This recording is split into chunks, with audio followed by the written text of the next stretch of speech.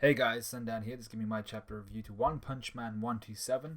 I'm not actually sure what the title was, but oh my god, was this amazing. This was just crazy on another scale. Apologies for not having reviewed anything.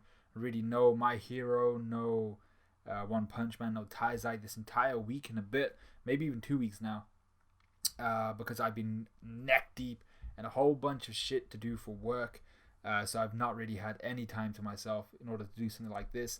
Apart from the only thing I've done this week is join the podcast. So go check out the One Punch podcast over on Grim Reaper's channel, where we went off speaking about this for like a solid 2.5, 3 hours. I think we actually missed something about the limiter breaking, but you can tell how tired we were at that point, just because we missed the fact that the limiter was broken after having spoken extensively for like 3 hours straight. So let's go straight through this chapter. Let's talk about the first bit. So Garo's blitz, essentially, this kind of first sub scene, if you will, is Garo absolutely wailing on Darkshine. Initially with a series of beautiful but impactful punches. Finally with a speed blitz of kicks which don't actually connect. Meanwhile, Darkshine shells up and like simply tanks all of these attacks with his muscles extruding and just absorbing all of this impact, tackling Garo through several walls after his initial punches, and then punching Garo during his kicks. And Darkshine really impressed me here because I was expecting him to tank Garo's attacks. That was something that we were all pretty much expecting. But what I wasn't expecting for him to do was be able to punch Garo in the middle of a speed blitz. You know, Darkshine's fighting prowess is much higher than I presumed. I assumed he was just like, well, I presumed he would just like, he's that guy that uses his brute force to just run into things, tackle shit. But all of the things he actually displayed in this chapter, but what he showed was the mental and cognitive speed.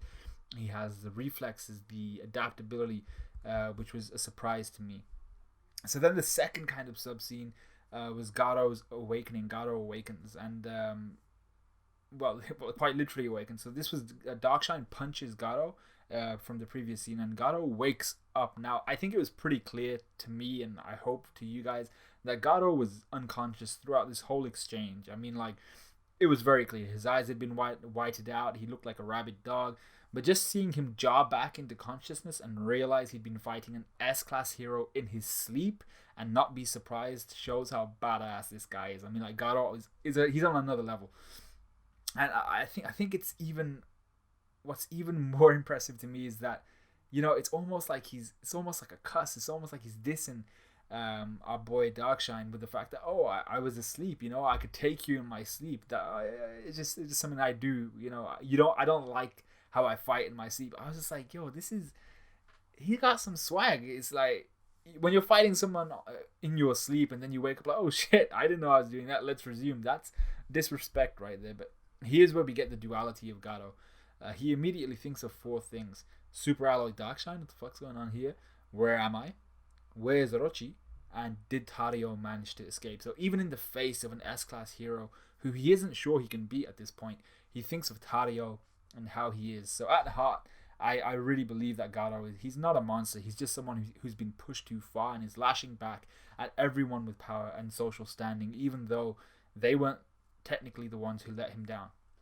So Garo readies himself, as does Darkshine, and suddenly combat begins. The artwork, as always, amazing, beautiful. Darkshine gets knocked through the air with a spinning back kick. Garo applies the double tap technique. I absolutely advocate this. And even though Darkshine looks shocked and he looks like, I thought he died at one point. Satsuki was saying the same thing. Darkshine looked like after the double tap, the kind of axe kick down to the head, Darkshine looked dead. But you know, this doesn't phase our boy Darkshine at all. He gets back up in the most unusual fashion, kind of like this sideways spinning spinning kind of jump. But I'm not sure how he jumped up, considering he was on his ass. I don't know. But what I liked about this was that Darkshine acknowledges the fact that Garo must have been asleep. You know, he doesn't stick to his idea of, oh no, the guy's chatting shit. How could he have possibly been asleep? Goku, you know, it's none of that shit. It's none of that Vegeta shit, like where he doesn't believe what he's seeing. He saw it, assessed it, and he was like, oh, so Garo must have been asleep. Because, you know, what I noticed in Garo was that his coordination increased, his musculature, it's all firing at you know, in synchronicity. that shows to me that he must have been in an unconscious state. So what I like was that Darkshine was willing to acknowledge that he was wrong. He's willing to change his mind and isn't some egotistical maniac like the majority of the S-Class and people like Vegeta and stuff like that, or the classic Vegeta. So then, in his own quirky way, Darkshine tells Gato that his current use of his powers is a waste of his strength. He says muscles, but really he's talking about strength, which could be improved with the facilities that the heroes have access to. With this and the change of mindset, he says Gato could become a true hero, which is, it's true. What we have here, though, is Gato saying he wants to annihilate both the monster and the hero association. And what I liked about this was that it kind of harkens back to Gato's character, his innate character, which was he was bullied as a kid, and the people in power is adults, teachers, parents, all that type of stuff. People in power wouldn't listen to him or do anything for him, and as a result, he hates those in power. But much like a child, he's kind of thrown all of his toys out the pram. He blames all of those in power and sees himself as different. I'm different to these guys. They're evil. They're not cut from the same cloth as I am. So I must be similar to what these other guys are. I'm a monster. In reality, though, he doesn't identify with the monsters, and it seems that he just refuses to be put down, to be looked down upon, and that's what he infers from Darkshine's genuine kindness here. He feels like he's being looked down upon, even though Darkshine isn't actually that dude. Darkshine is harsh with the truth sometimes, as we find out later when he says you're still green, but he's not an asshat. He's not an asshat. So Darkshine then goes full like Kaioken times 4. Where he flexes all of his muscles and quite literally grows in size. He becomes huge. He dashes straight towards Gato, showing off his explosiveness. And I love this. Gato tries to actually deflect this tackle. He's like, yeah, I'll just deflect this, water stream, rock smashing shit. And what he realizes very, very quickly, and to his own detriment, huge detriment, is that shit, I can't deflect this. My technique is not powerful enough to do so. I think he actually blames Bang here, saying, shitty old geezer taught me some really shitty technique that I wasn't able to deflect it, whereas in reality it's that he hadn't perfected the water stream rock smashing fist to a point where he was able to deflect someone like Darkshine trying to tackle him at full power. So we then get some Mortal Kombat X-ray move with Darkshine's tackle fracturing Gato's entire thoracic structure. I think we get sternum breakage, we get I was counting the ribs. He only seems to have like 11, but I'm pretty sure you're meant to have 12. Each rib, even the floating ribs, they're all cracked through, like heavily cracked through, all the way back to the back and where it attaches to the spine. I think even his clavicles at some points were just snapped into. It was like if this was anybody IRL in real life, they would be. I don't think they'd be dead, but they would be in for a long rehab process. So the amount of walls just destroyed in this scene, I'm surprised that Gato actually survived. But the story that he has yet to develop and the direction he's taking with Murata and One is that he's not going to get beat by anybody until he comes to Saitama, in my opinion. Darkshine gives us a little context here. This isn't the first time he has encountered the water stream rock smashing fist. He'd sparred Silver Fang in the past, and although he was never actually damaged himself, he was smashed over and over again into the ground by the old man. And he identifies here that Gato's technique is still lower than Bang's, even going so far as to say that Gato encountered Atomic Tatsumaki King, and there was one other, a Flashy Flash, that he'd be dead by now. And to be fair, I'd say, yeah, if he was up against all those guys apart from King, he'd probably be very, very dead by now. However, at this point in time, if you were to encounter those guys, it would be amazing to see. So Gato gets up, pointing out to Darkshine how he dislikes the thinking of, the kind of heroic line of thinking, which is you're powerful because you represent the good side. Just because you're the light Jedi, you guys are powerful. I'm gonna show you. I'm gonna kick your ass. So it seems to me that Gato likes or dislikes two things here. He dislikes, like I said before, being looked down upon by a powerful hero who stands for good, though Gato's perception of heroes and their goodness is twisted. So he sees it as kind of like this bias towards, being good. I don't agree with your definition of good. And the second thing he dislikes is being told that he's playing at being a monster, whereas Gato sees the heroes as playing hero. You didn't come to my aid when I needed you guys. You guys are just playing hero, and you're telling me that I'm the one playing monster. You're telling me that I'm the one with the facade. So then we actually cut scene here. We go to Flash and Saitama, which is a very short scene where Flash says Saitama is still third rate for not finishing every opponent swiftly, deftly, with precision, without leaving a trace of his having been there. Saitama sees this as lonely, like, hey, that, you know, if nobody can identify what you did, what's the point in having done it? You know, it's just a very lonely place to be. With Flash, ironically, not seeing the difference in their styles and more importantly in their power.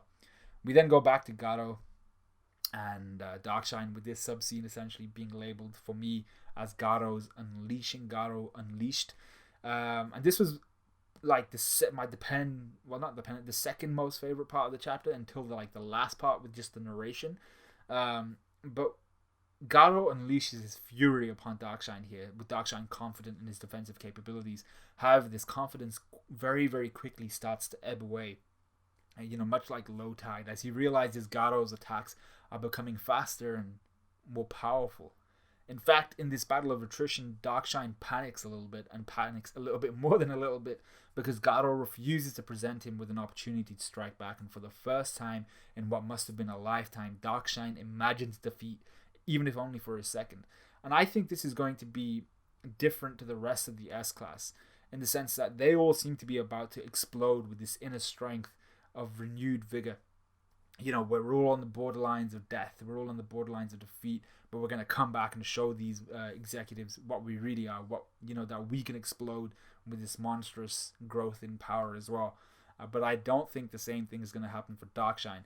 I think he drew the short stick here, and I think Gato's going to put him out of commission. But this battle between Darkshine and Gato, for me, is a battle of attrition, because Gato was never going to go down, and for Darkshine, it was only ever going to be how long can you sustain yourself. It's a battle of attrition. You can't possibly outlast Gato, because he'll keep getting back up. Gato steps it up another level. For the first time, I think ever, we see him use both the water stream and whirlwind iron cutting fists together, one style per fist. This was so cool to me, especially with the narrator talking about how even a genius wouldn't be able to acquire this technique. Gato had subconsciously picked this up kind of through diffusion somehow when he was getting his ass beat by Bang and Bomb, and he'd picked up the Crossfang Dragon Slayer fist. Maybe it's his own genius at work here, his own, not even genius at this point, his own prodigy. I'm not sure what the verb is for that, his own prodigiousness. I don't know what the word is, but whatever that word is, that maybe it's his own that thing that allowed him to almost, he in his mind, he's probably the creator of this technique, because I don't think they use this technique on him, but it is something that essentially he's picked up just from combining the two styles. Darkshine ain't no slouch though, and unleashes the named attack, Super Alloy Bazooka, basically just a right straight, heavily powerful. And Gato actually returns like for like. He's like, alright, enough of this shit, let's just clash head on. Let's butt our heads straight into each other. So he returns like for like, both fists smash into each other, and this was the best part of the chapter here. Gato's clothes explode away. We had that narration where Gato looks like he's about to assume, you know, the Four Tails mode, the mini, the kind of, what's it called, the Jinchuriki cloak kind of thing. And we see, you know, his clothes explode away as the impact of Darkshine's attack explodes down his arm. But we then see this darkness swirling tightly around his body, around his arm, forming a vortex around his lower navel. I think that's where he actually got a hole punched into him by someone, I can't remember who. I think it was actually Orochi. And Darkshine is stunned here. He's just like, holy shit, as he quite literally sees Gato turn into a monster before his eyes. For us, though, the narrator simply says a few words. Gato's limiter is starting to break. And I was like, oh shit. So this was the part of the chapter where I was like, there was not a more epic way for this to have been announced, right? And it's unfortunate for Darkshine that this defeat is essentially just to showcase Gato's limiter break. But I thought that was so cool. You know, you get the final attacks, they're both going in, balls to the wall, and then all it is to showcase. You know, I thought Gato was on the losing end of it, with his clothes exploding off, but then it was like Gato's limiter is starting to break, and that's the best part. It's starting to break. It's not even at the end stage or in the middle phase. It's starting to break. So Gato's only in the beginning. He's at the beginning. He's only taken the first couple steps into limit breakage and becoming the beast that we know he is yet to become. I'm not a webcomic person, but I'm pretty sure we're going to see much more of Gato and his ass-kicking endeavors in the coming chapters until he gets to the pinnacle, which is Saitama. So that's pretty much everything I have to say for this chapter. 15 minutes, that's not so bad. Usually I've gone on for a lot longer than this in chapters that had a lot less content. But let me end it here. Let me know what you guys thought of this chapter. Let me know what you guys thought of this review.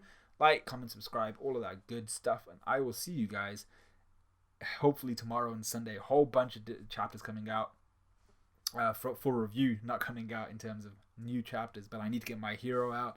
I need to get Taizai out. And then I need to get My Hero out again and One Piece. So whole action-packed weekend from me, hopefully. And I hope to see you guys soon. See you in a bit.